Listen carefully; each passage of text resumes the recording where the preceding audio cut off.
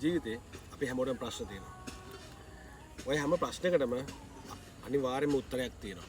නමුත් අපි ඔය ප්‍රශ්න වලට උත්තර හොයන්නේ නැහැ. අපි ඔය ප්‍රශ්න වලට කලබල වෙලා ඉක්මන් තීරණ ගන්නවා.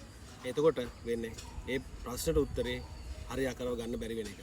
ඉතින් ඕගොල්ලෝ ප්‍රශ්න කාපු වෙලාවකදී කොයි වෙලාවකවත් ඉක්මන්ව කලබලව ඩිසිෂන් එකක් ගන්න එපා. මොකද ඒකට කාලයක් යනවා. හැම ප්‍රශ්නයකටම කාලයත් එක්ක විසඳන ප්‍රශ්න තියෙනවා. ඉතින් මොන හරි ප්‍රශ්නයක් ආපු වෙලාවකදී කලබල වෙන්න එපා.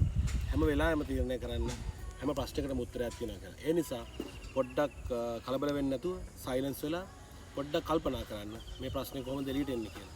ඉතින් එහෙම හිතුවොත් අනිවාර්යයෙන්ම ඔයගලන්ට එළියට එන්න පුළුවන් ප්‍රශ්නේ. මොකද හැම ප්‍රශ්නයකටම උත්තරයක් තියෙනවා. ඒ හින්දා බය වෙන්න එපා ප්‍රශ්න වලට. ප්‍රශ්න වලට මුහුණ දෙන්න. ප්‍රශ්න